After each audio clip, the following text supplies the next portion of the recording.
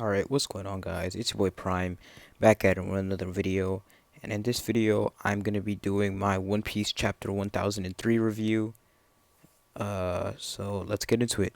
So One Piece chapter 1003 is titled Night on the Board, and the cover story we have here is Reiju, who we haven't seen in a while. It's been since like forever since Whole Cake Island in the anime and manga. And it says, reader request, Reiju receiving the affections of a scorpion with a cactus flower. Interesting. Really cool. But let's get into the chapter. So the chapter starts out with Gear 4, Luffy Bound Man. Continuing from the last chapter, he's going off. He's like letting loose on Kaido. He keeps on punching him.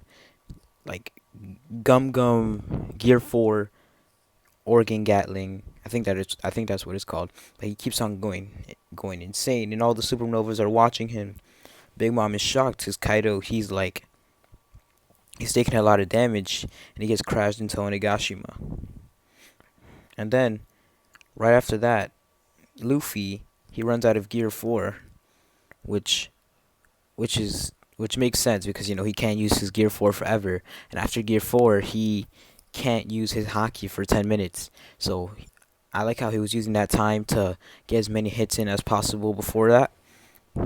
So yeah, Law explains to Kid about Gear 4 and how after Luffy uses it, he can't use his haki for 10 minutes.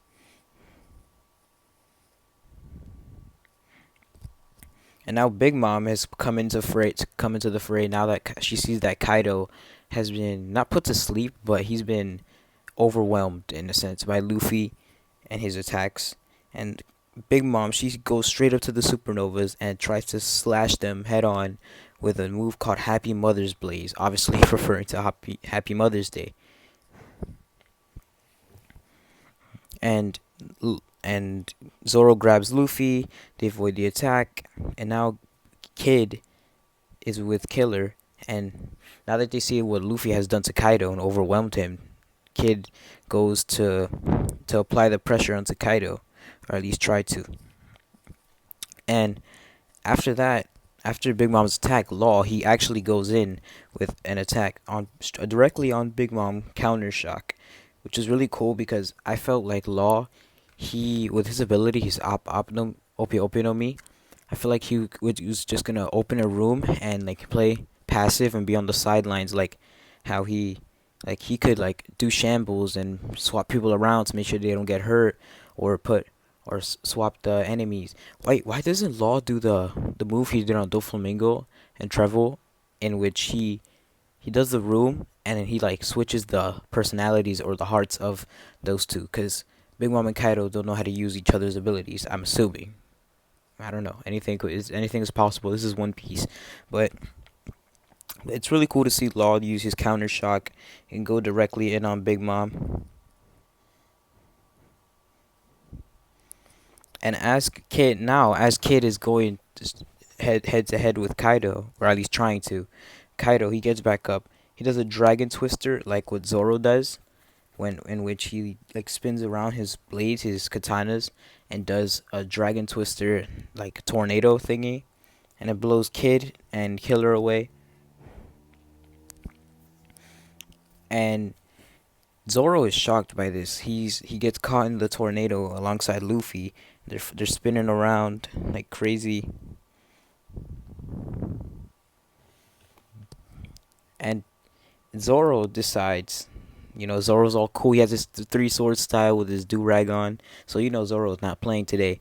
And Zoro, he puts it in his mouth, the sword, three sword style, and in the middle of the tornado, he goes at Kaido, and Kaido's thinking to himself, is that katana the strange source of that haki? Which I'm gonna assume he was referring to Ryuo, because that's how Luffy attacked him and how he was damaged. Because he was taking a lot of hits, and he didn't, like I said, he got overwhelmed, and I don't think he just ate that like how he did in Act 1, which was insane. But Zoro going back with his own Dragon Twister directly at Kaido, Black Rope Dragon Twister with a sick panel of Zoro cutting Kaido straight up. spinning around, cutting Kaido. We see some bloodshed. So he cut the scales of Kaido, which is a very big accomplishment because I think it was in a chapter in the 990s where Zoro declared that he will cut Kaido just like how he did Odin. A lot of people alongside myself theorized that Zoro was gonna cut open Odin's wound that he gave to Kaido, which is still a possibility because the wound is still there. He didn't cut the wound; he just cut one of the scales on Kaido's side in his dragon form, or his fish form. But yeah, and now Kaido he realizes that that's Kozuki Odin's sword, and now he strikes back directly with another dragon twister of his own. And when he does that, everything like on the roof is moving. Luffy and everything. Zoro's still avoiding, and the roof of Onigashima is going insane. And we actually get to go down to the battle, and we see like the little fodder underlings of the alliance again, and Kaido's underlings fighting it out. And it shows all the debris from the rooftop battle just falling down everywhere. So, and then after that, we get a good shot of Orochi's head. We haven't seen Orochi since chapter 985, I think, which is a long time ago, because it's been like, what, 18 chapters since we've seen Orochi in any form, and in any way, shape, or form.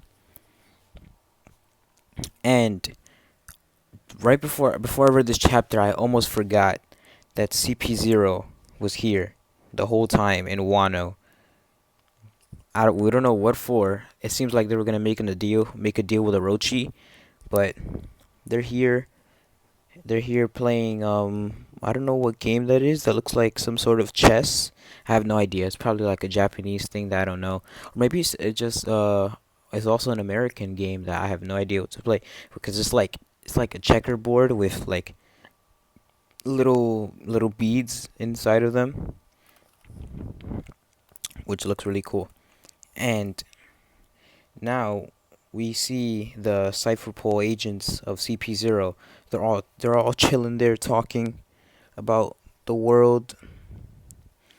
And basically what they're saying is like it's kind of like how Eneru was back at Skypiea with the Shandians, and how he with his mantra he was predicting like how many people were going to be left at the end of the battle.